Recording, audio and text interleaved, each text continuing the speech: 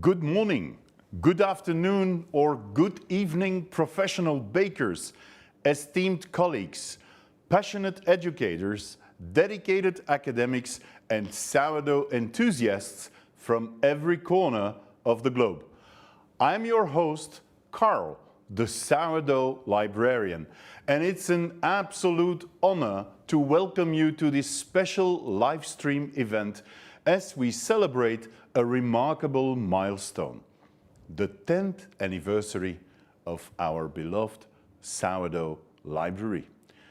Today, we're marking history by streaming simultaneously across multiple platforms. We are on LinkedIn, Instagram, Facebook, and YouTube, bringing together a global community of bread lovers like never before. In recognition of our international audience, we'll be repeating this live stream one more time to accommodate different time zones. Our agenda for today is brimming with topics that promise to engage, educate, and inspire. We'll commence with a grand celebration of our 10 years journey, reflecting on the milestones that have shaped us. We'll then delve into the captivating world of the sourdoughs from the monastery of Xenophontos on Mount Athos in Greece. We'll also share the findings from our latest experiment involving 17 unique sourdoughs from our very own library. And of course, we'll take some time to answer your questions, because this celebration is about our shared passion and collective wisdom. In this hour, we are having a special guest, Alain Coumont from the Pain Quotidien. So, passionate sourdough enthusiasts, wherever you are joining us from and whatever time it is in your region, get ready and settle in for an hour of enlightening conversation, heartwarming memories, and plenty of sourdough magic. Thank you for being part of this groundbreaking event. Now, let's get this celebration started. Ladies and gentlemen, it is with great excitement that we introduce you to the next chapter in our ongoing saga, the quest for sourdough. This isn't just another episode. It's a journey into the heart of a place where time stands still. Traditions hold strong, and sourdough bread is more than just food. It's a symbol of faith, resilience, and community. Our story takes us to the remote peninsula of Mount Athos in Greece, a place steeped in spirituality and solitude. It houses an ancient monastery, still vibrant and alive with monastic life. But what makes this place extraordinary for us isn't just its historical significance. It's the two unique sourdough starters that we discovered there, now proudly part of our collection as the numbers 141 and 142. These aren't ordinary sourdoughs. They carry within them the essence of Mount Athos, its air, its water, its grain. They've been nurtured by monks used to bake bread that sustain both body and soul. And now they're ready to share their story with the world. We were fortunate enough to capture some exclusive footage from this sacred place, a rarity, since camera crews are typically not allowed inside. This footage offers an unprecedented glimpse into the monastic life and the integral role that these sourdough starters play in it. In this film, we delve into the history of these sourdoughs, their journey to our library, and the unique flavors they bring into every loaf they help create. We explore how these starters reflect the spirit of Mount Athos, simple yet profound, humble yet extraordinary. So join us as we embark on this remarkable journey. Discover the secrets of sourdough number 141 and 42. Witness how ancient tradition meld with modern science to preserve a piece of our shared culinary heritage. Welcome to the quest for sourdough, the sacred starters of Mount Athos. Stay for this exclusive journey and prepare to be fascinated by the magic of sourdough like never before. And right after that, we dive into the results of our latest experiment.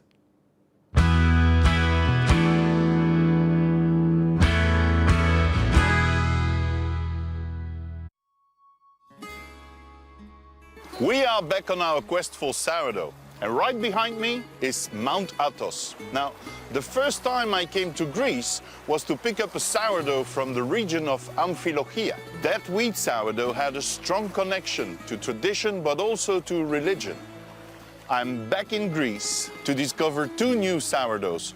One wheat-based, again with a strong connection to religion, and the other one is rye-based. Now, that one is a bit of mystery to me because I am not aware of any rye bread tradition here in Greece.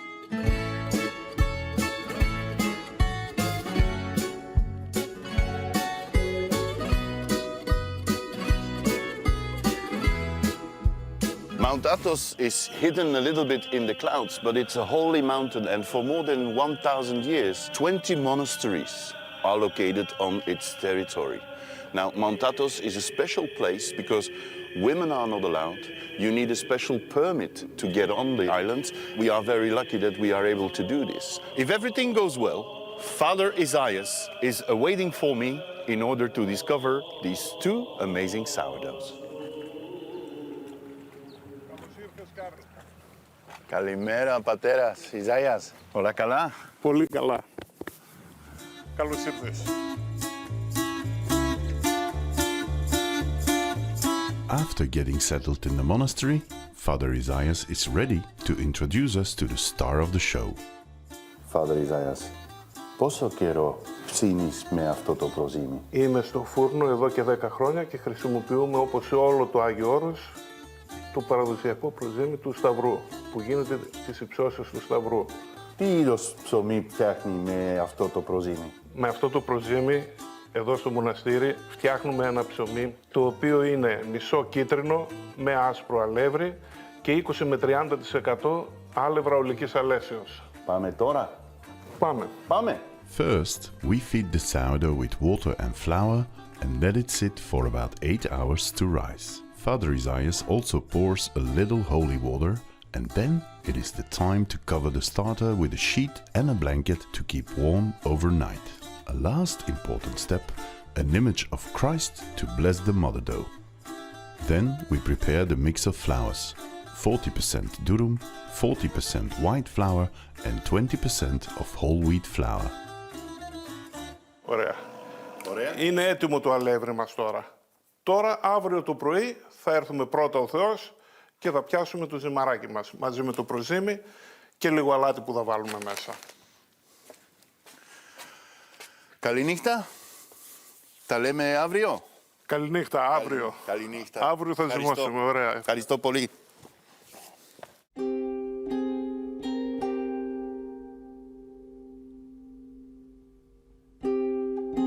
We are back in the bakery, and I'm curious to see how this sourdough has behaved overnight. Oof. There's less acidity than I expected. Last night the sourdough we used to refresh was quite acid. Now the acidity is rather low. Reminds me a bit of a red wine with quite some complexity. So it's quite a high amount of sourdough. We prepare the dough with a very large percentage of sourdough. Then add salt and oil and mix. Είναι εντάξει νομίζω, Καρλ. Next is one of the most important parts of the preparation of the bread in the monastery. The blessing of the dough by one of the priests. Father Isaias prepares incense and lights candles, getting ready to receive the blessing of the bread. Νάτος και ο παπάς μας. Ο πατήρ Δαμασκηνός είναι αδελφός της Μονής, είναι από Φιλανδία. Από Φιλανδία. Ναι, και είναι αυτός που μας έφερε το δεύτερο προζύμι που έχουμε στη Μονή μας. Είναι σίκαλη το προζύμι, είναι σικάλεος. Σίκαλοι χρησιμοποιούν σαν αλεύρι στη χώρα του εκεί και το προσαρμόσαμε και στα δικά μας εδώ τα προζύμια και στη ζύμη μας. Είναι πολύ αρωματικό το προζύμι του και έχουν παράδοση στη χώρα του, το κρατάνε από γενιά σε γενιά. Είναι περίπου 230 χρόνων το προζύμι που έχει ο πατήρ Δαμασκηνός. Ευλόγησον Δέσποτο το θυμίαμα. Ευλογητός ο Θεός ημών πάντοτε και στους αιώνες των αιώνων. Αμήν. Χριστός ανέστη εκ νεκρών θανάτων πατήσας και της εν της μνήμας η ζωήν χαρισάμενο. Ποια είναι η σημασία του ψωμιού στο μοναστήρι? Το προζυμένιο ψωμί διαβάζεται, ευλογείται η ζύμη και καταναλώνεται ιδιαίτερα περισσότερο την περίοδο που έχουμε νηστεία στο Άγιο Όρος. Είναι από τις βασικές τροφές έτσι στα μοναστήρια.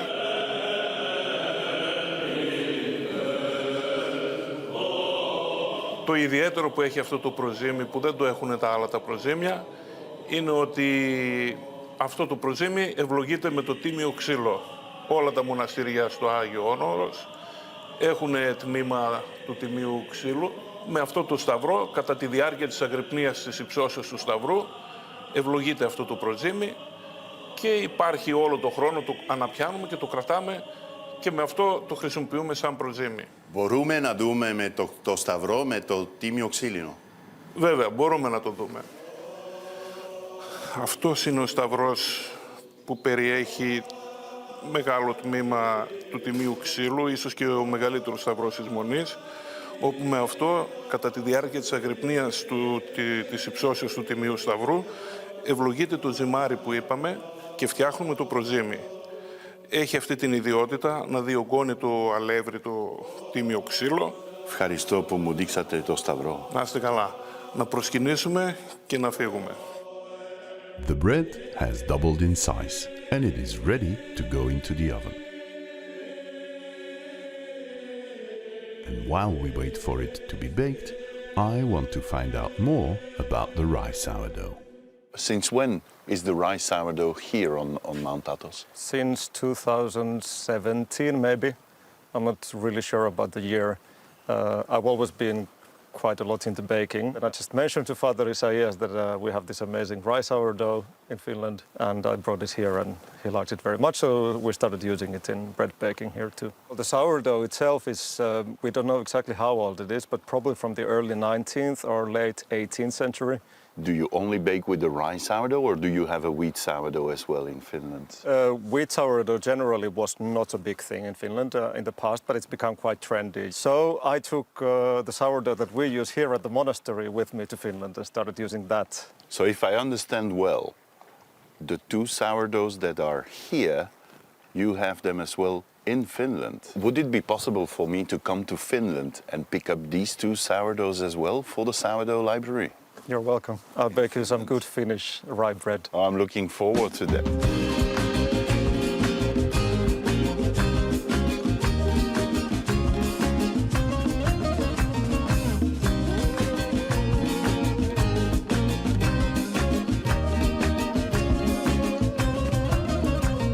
Να δοκιμάσουμε το ψωμί μας. Έχει πολύ ωραίο φούσκωμα. Ωραία αρώματα. Surprisingly, with the big amount of sourdough that was used in the recipe, you don't get the typical sourness. It's very smooth. There is some sweetness inside. I think that's from the whole wheat flour. The durum wheat flour that is used in the recipe brings a kind of cereal flavor. Very nice, very pleasant to eat. So, congratulations. And you.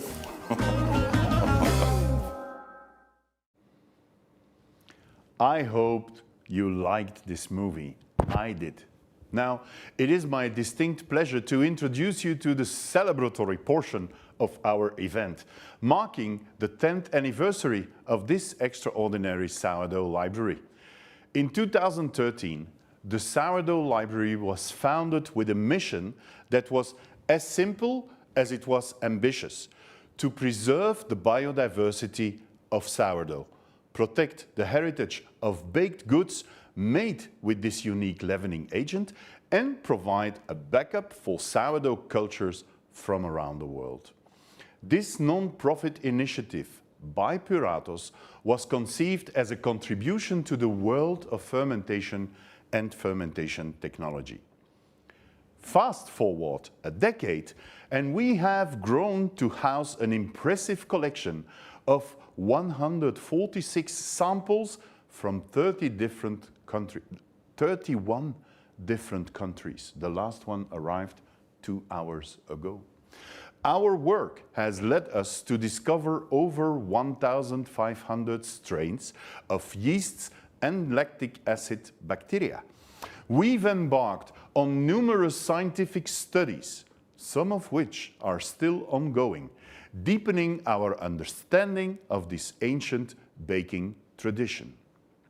Our Quest for Sourdough website has become a hub for bakers worldwide, with over 2,800 potential candidates registered to contribute their unique sourdough starters to our growing collection. We've safeguarded sourdoughs with rich histories, for those tied to the Klondike Gold Rush, to one blessed, as you saw in the movie, with a piece of the original cross of Jesus Christ. We've even preserved a sample from one of the last samurai, among many others that you can discover when visiting the website and going to the virtual library. Our efforts have earned us global recognition, with features in the New York Times, various podcasts, TV shows, and radio station interviews.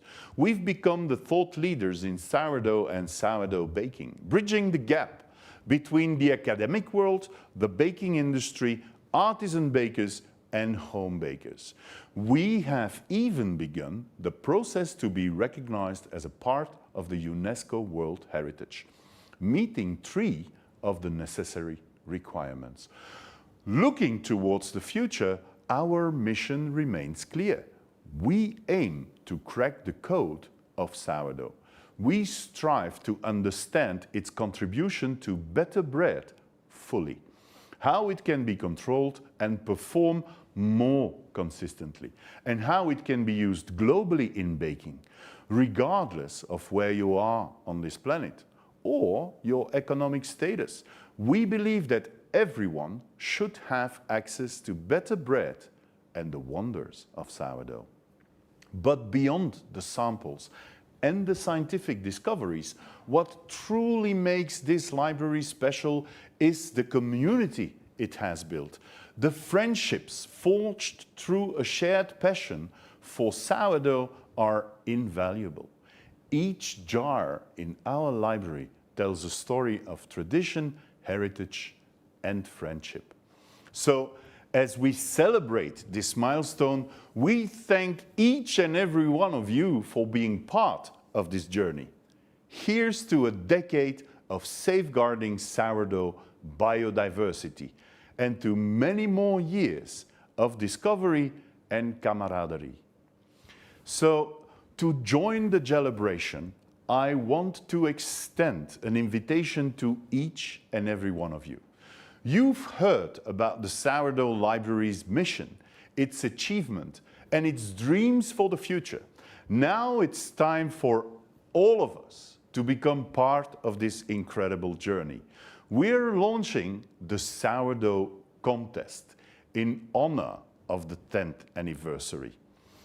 This is a global call for all bakers, professional and amateur alike, to bake a loaf of sourdough bread and dedicate it to the Sourdough Library. So here's how you can participate. We want you to bake a bread with your favorite sourdough starter. We want you to snap a picture of your masterpiece. We want to see the crust, the crumb, and the unique features of your loaf. We want you to post that picture on social media, describe your bread, tell us about the starter you use, and share why sourdough baking is important to you. Use the hashtag #SourdoughDecade and tag me whenever you can so we can see your posts. Do not forget to register your sourdough. Visit thequestforsourdough.com and register your sourdough starter. By doing this, you're helping us document and preserve the biodiversity of sourdough. And who knows that one day I will contact you to ask for a sample to be added here in the collection of the Sourdough Library. So it's more than just a competition. It's a celebration of sourdough, of baking, and the global community that shares this passion. So fire up those ovens, dust off your aprons, and let's bake. On the 14th of November, we will announce 10 winners. In case you are one of them, you will receive a signed copy of this book. It's called Experience Sourdough, and it talks about what we are doing here in this building called the Center for Bread Flavor. We now venture into the realm of science, experimentation, and discovery. This year, we embarked on a unique experiment, one that allowed us to explore the evolution of sourdoughs stored in our library from 2013 up to 2022. In this extraordinary experiment, we returned a sample of each sourdough to its original owners. We then asked them to feed this sample in their environment, using their local flour and water. After 15 and 30 days, we collected samples from them for comparison. The aim was to compare the original sourdough we received, the current sample we have in the library, and the current sourdough at the owner's bakery. The results are fascinating, offering a glimpse into the dynamic life of sourdough and how it evolves over time and across different environments.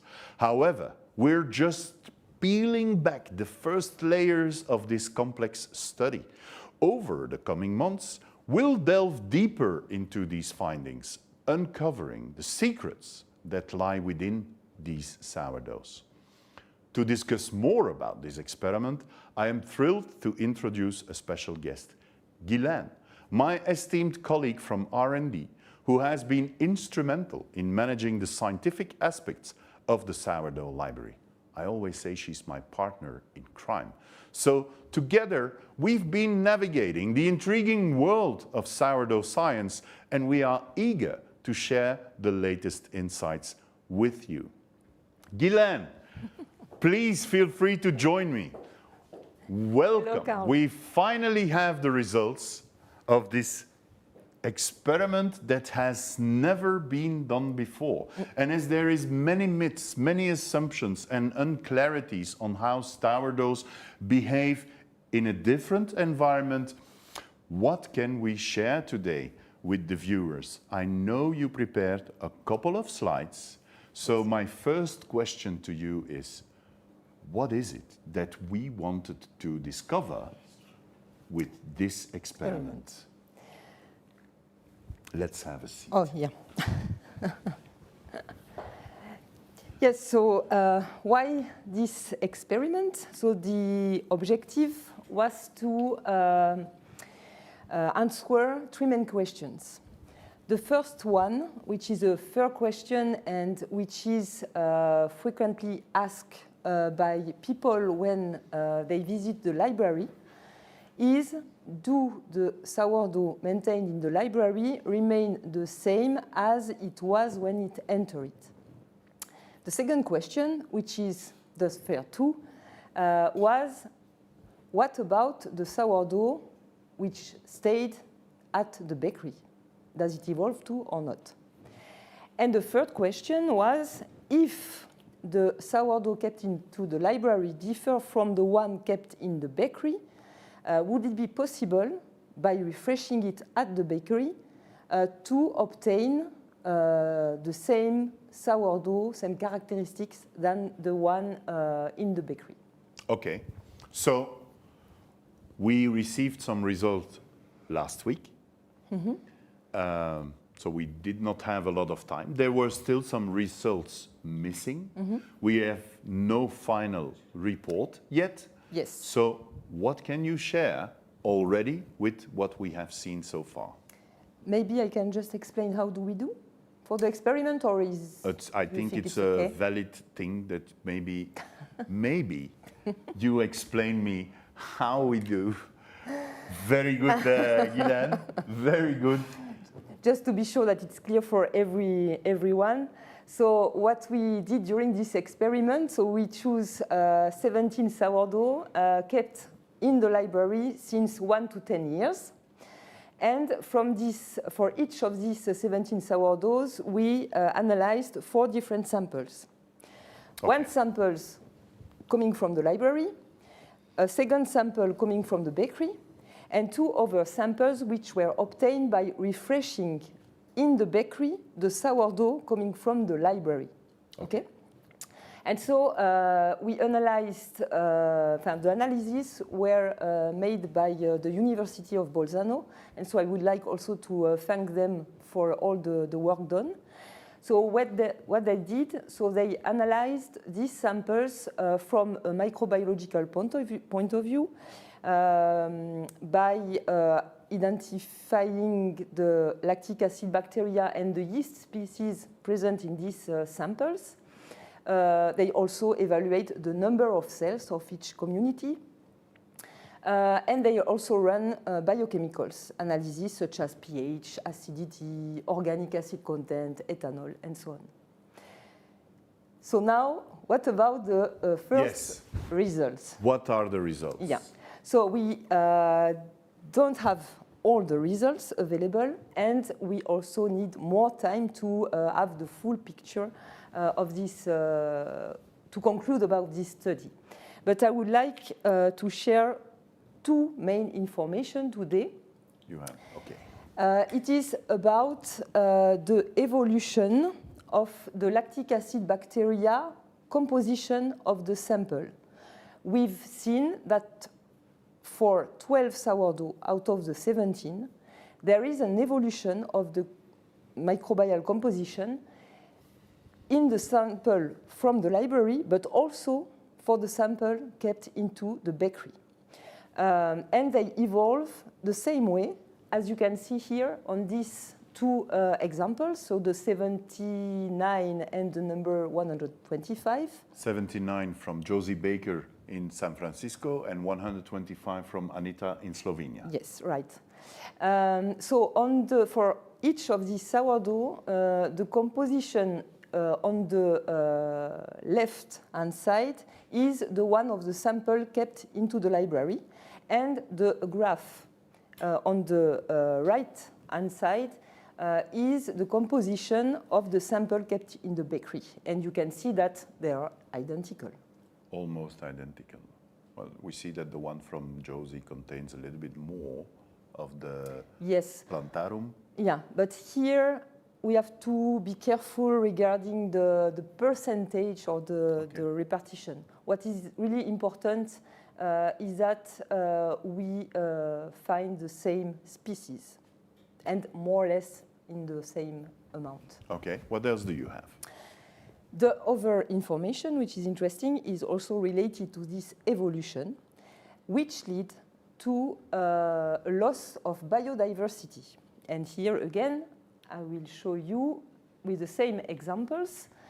So on the right, you have the composition of the sample that we received when these 2 sourdough entered the library.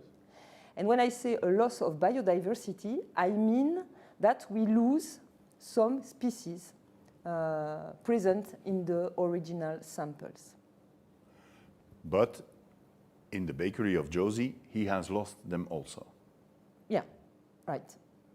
So even in the place of origin, we see an evolution of sourdough over time.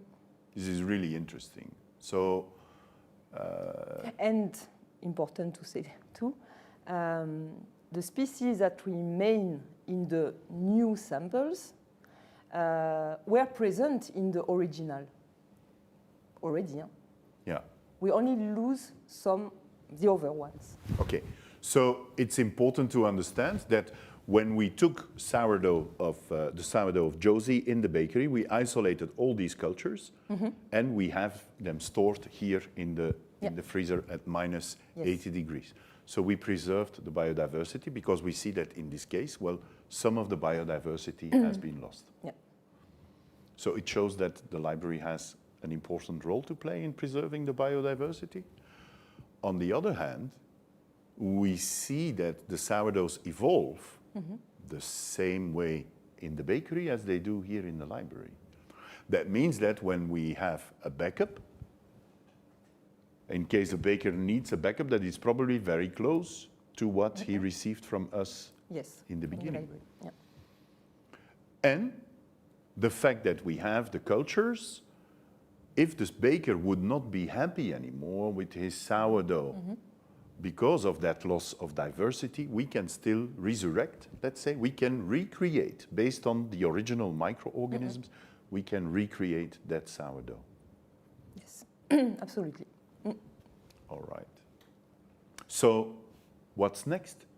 So next, so as you can see here, you have already some conclusion regarding the microbiological characteristics of these samples. So now we need to analyze the biochemical results to see if it evolves too. And what we can also for sure expect, and you know that, we can expect more questions than answer. And so we should start new studies coming from this study for the next month, for next year. So we know what to do the next decade. I already have some idea. Yes. Excellent. Well, with that, Guylaine, I thank you very much. You're welcome. And what about a live stream to present the results? well, I'm always open for live streams, as you see here. I know that I feel that now you feel okay to do a live stream. Well, so let's plan whenever the results, the full report comes in, sure. that we plan a live stream, that we call Marco Gobetti in order to explain to us. Maybe we have some testimonials from Hannah, from Kachika, who did all the trials, so that we have a full view on the total of the experiment. I think they will be okay to cooperate. An interesting discussion too. And an interesting discussion. I know you have a lot of questions for Marco. Yes. I do too, but you have even more. So thank you very much, You're Guylaine. welcome, Carl. It was a pleasure. See you. See you. So remember, we are only scratching the surface here. There are many more revelations and insights to come as we continue to explore the amazing world of sourdough. So stay tuned, watch our upcoming posts, keep your questions ready, and prepare to embark on a scientific journey like no other. Our sourdough journey into the world continues as we present our next feature. This one is a special treat for all bakery enthusiasts out there. In our upcoming film, we will be engaging in insightful conversations with some of the most influential figures in the bakery world today. We have Guy Frankel from Seor Bread, known for his artistic loaves and boundary-pushing techniques. From London, we'll be joined by Sonia Hanchuk, the mastermind behind Sophia's sourdough. And she has a beloved bakery that captured the hearts of locals and tourists alike. And last but not least, we'll be talking to Ramon Garriga from Gluten Morgan, the notorious hobby baker from Argentina. These influencers will share their unique stories, their passion for sourdough, and how they're pushing the boundaries in their respective fields. It's an opportunity to learn from the best, gain insights into their craft, and perhaps even get inspired to start your own sourdough journey. So buckle up for a thrilling exploration into the captivating world of sourdough, its influences, and the science that backs it. See you in 5 minutes and enjoy.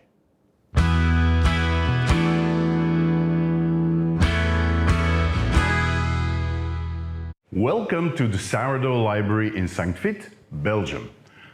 Over the past few years, we've seen a growing trend of consumers looking for more natural processes in food making to enhance their health. Because of this, sourdough became very popular and much better understood. It is the perfect time for the bread industry to help amplify this message and bring it to the public. So let's check in with some bread experts around the world on the topic of sourdough and health. Jesse, my husband, and I were at home with our 8-month-old baby, and we said, look, the locals are all in isolation. I want to bake my bread. And we baked about 12 breads, which is exactly what fit into my oven at the time, and distributed them to my local neighbors. It's obviously something that people were happy to have in their neighborhoods. So we did a Kickstarter, and it was queues down the road from day one. Sí, yo creo que hay una vuelta de volver a los principios y volver a los panes bien hechos, ya sea a nivel más casero, artesano y a nivel industrial también. I thought it would be an amazing adventure to try and go on bringing what I did on a very small, minuscule scale at home to an industrial-sized facility. Still, everything is naturally leavened with sourdough. But to find a way to do all of that and do it on a larger scale and consistently, the same bun every day, for me was a huge challenge. The main thing is that I focused on good grains and just good flavor, and that's all. There's nothing else in there, it's just 3 ingredients. Y el tiempo es lo que le da el sabor justamente al pan. Y la masa madre hace eso, que demores un poco más en hacer estas preparaciones y eso es lo que le da un sabor característico. I think of bread as art of the 5 senses. Here, every sense you get to enjoy and is being stimulated by your breads. That, for me, makes the perfect sourdough. That's all it needs. It needs a slight nuttiness, a really lovely, nice and even crumb, and it needs to have a fairly thin crust. I don't like it too thick. Los Angeles is a very health-oriented city, and the breads that we do here, other than being delicious and beautiful, we really focus on the health part. Había una cultura quizás que el pan integral era un pan solo para gente que hacía dieta, tendría que ser un pan duro, pesado. En cambio, con una buena fermentación y una buena hidratación logramos unos panes de harinas integrales que son increíblemente ricos e increíblemente saludables también. Grains are packed with nutrients, with proteins, with fibers, with minerals, with starch. Now, only they are not accessible as such. We need to crack the code. To open the cavern of these grains, we have 2 options. We have sprouting, and in this specific case, we have fermentation. The lactic acid bacteria present in the sourdough produces an enzyme called protease. This protease is also present in human stomach, and the protease breaks down the gluten network into amino acids. By starting breaking down the gluten network already during the fermentation, we have already started the digestion of the bread. We carried out a human in vivo study showing that the sourdough bread compared to the baker's yeast bread is more digestible. And we demonstrated that both looking for the emission of gas during digestion, looking for the transit of the bread during our intestinal tract, and looking for the absorption of nutrients like free amino acids. All the analyses were in a unique way showing that the sourdough bread was more digestible than all the other types of bread. People come here as an advice from a health practitioner. They'll go somewhere and get nutritional advice, and they'll say, well, if you are gluten intolerant, you should probably go and try spelt. So I often try and re-educate in that moment and say, do you know what? You could probably get away with my normal sourdough bread. The fact is that you've been consuming something that you can't actually digest because it's not been broken down well for you in your system. And then the other benefit that we find with the sourdough fermentation is that it's a natural shelf life extender. And there's no preservatives other than the sourdough fermentation. Hacer pan también es una terapia, justamente ayuda a bajar mucho la locura que tenemos por ahí en estos días, bajar un cambio, como decimos nosotros, hacer bajar a tierra, conectarnos, trabajar con las masas es muy desestresante. There's a big aspect of health, something that people are starting to actually understand or think about. What is in my bread? What is in the things that I'm buying ready-made? Our motto is a continuous journey towards a more perfect bread. I see the future of bread bright. With sourdough breads or other baked goods like pizza, cakes, brownies, and all these other baked goods that can be made with sourdough, we have great opportunities ahead.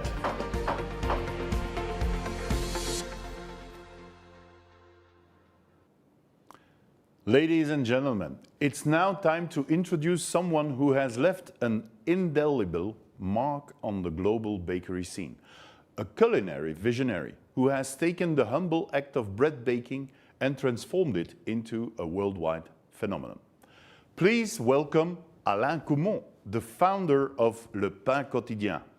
Alain, with his love for rustic, wholesome food, started a bakery in Brussels in 1990 that quickly grew into an international organization. Today, Le Pain Quotidien has outlets in more than 20 countries, each embodying Alain's philosophy of simple, delicious, and sustainable food. Just a few weeks ago, Alain graced our library with his presence to make a special contribution. He entered their sourdough in our collection, a treasured addition that represents the culmination of decades of baking expertise and passion. This unique sourdough, now a part of our growing collection, is number 145. My camera crew was present to capture these images and shoot the interview. I invite you to watch it together.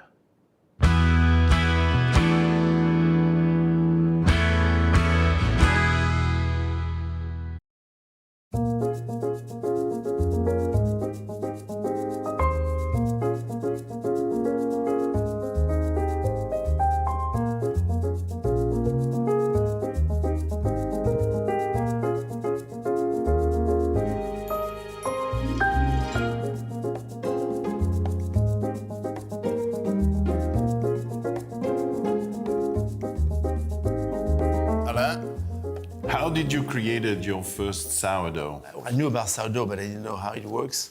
In fact, my first reading about the sourdough technique was in a book written by an American journalist.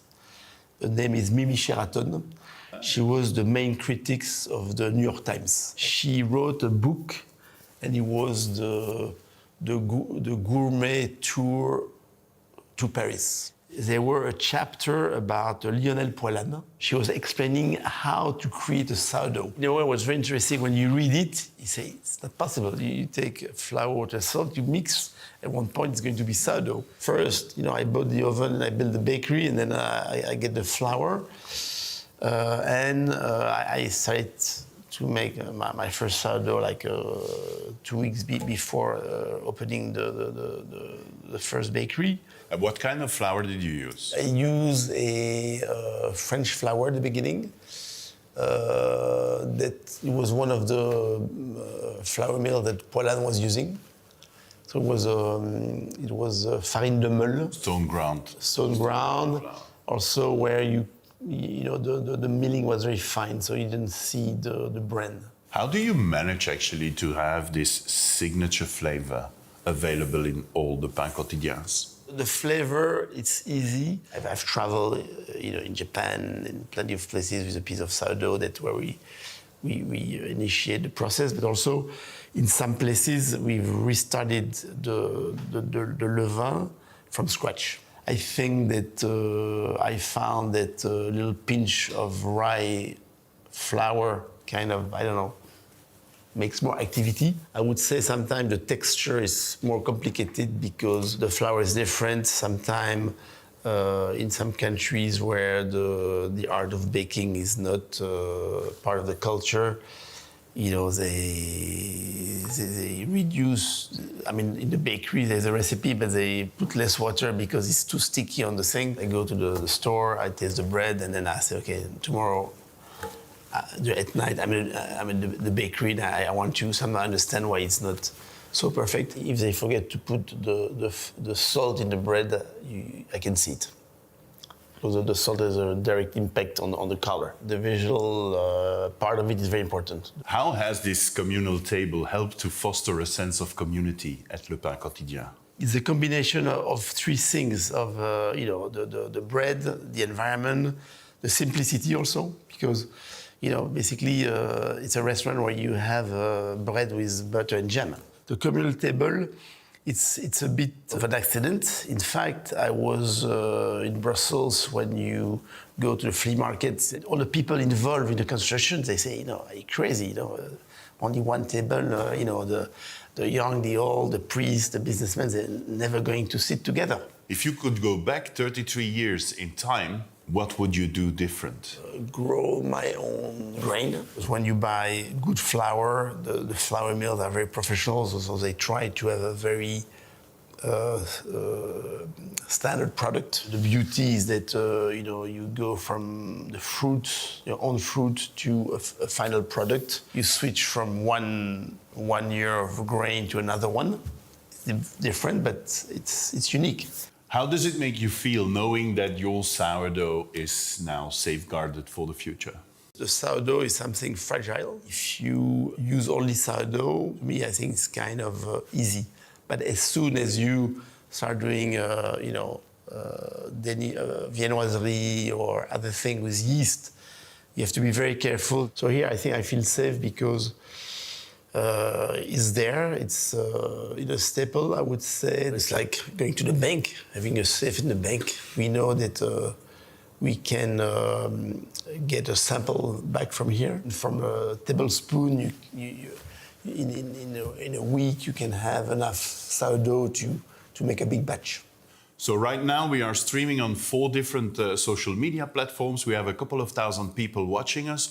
What would be the message you would like to share with them? Basically, Le Pain Quotidien started as a hobby. We are not small, but we are not that big. And also, Le Pain Quotidien is very decentralized. Each country has its own bakery, its own management. So that's why we managed to kind of still keep it very personal. It's how we manage to keep a very passionate team. Alain, I thank you very much. I'm very happy to have the Pain Quotidien sourdough here in the library. Wonderful. We will be able to add it into the fridge. And then, last but not least, I have a nice certificate for you showing that the Pain Quotidien sourdough is now part of the sourdough library collection and that we will take care of it by feeding it every 2 months. You will get a full report of the microorganisms we will find inside and the full biochemical composition. Thank you very much for everything. Thank you.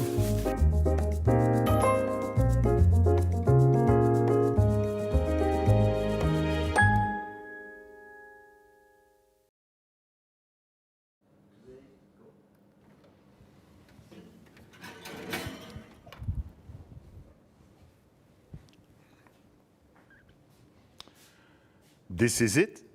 This is the sourdough of Alain Coumont. And Alain, I know you are in Mexico right now. If you see this, I guarantee you that from now on we safeguard the heritage of Le Pain Quotidien here in the sourdough library. Know that we have a backup and that the signature flavor of Le Pain Quotidien will never get lost. So that being said, that brings us to the end of the 5th of 6 live stream. That means that there is only one more to go. So I'd like to thank all of you for staying with us. Our next live will start in 2 hours. we will show the second part of the Quest for Sourdough movie, where we will discover the sourdoughs from Father Damaskinos in Finland. And I will connect with Adrian Grenier from Earthspeed, but also known as Vincent Chase in the series Entourage, to chat about regenerative agriculture and sustainability. So do not forget to bake your breads and share them to win this book. Tomorrow, we will post a reminder on Facebook and Instagram capturing the essence of this celebration. If there are questions that were not answered, we will do so the coming days, weeks, or months. Stay tuned and see you soon.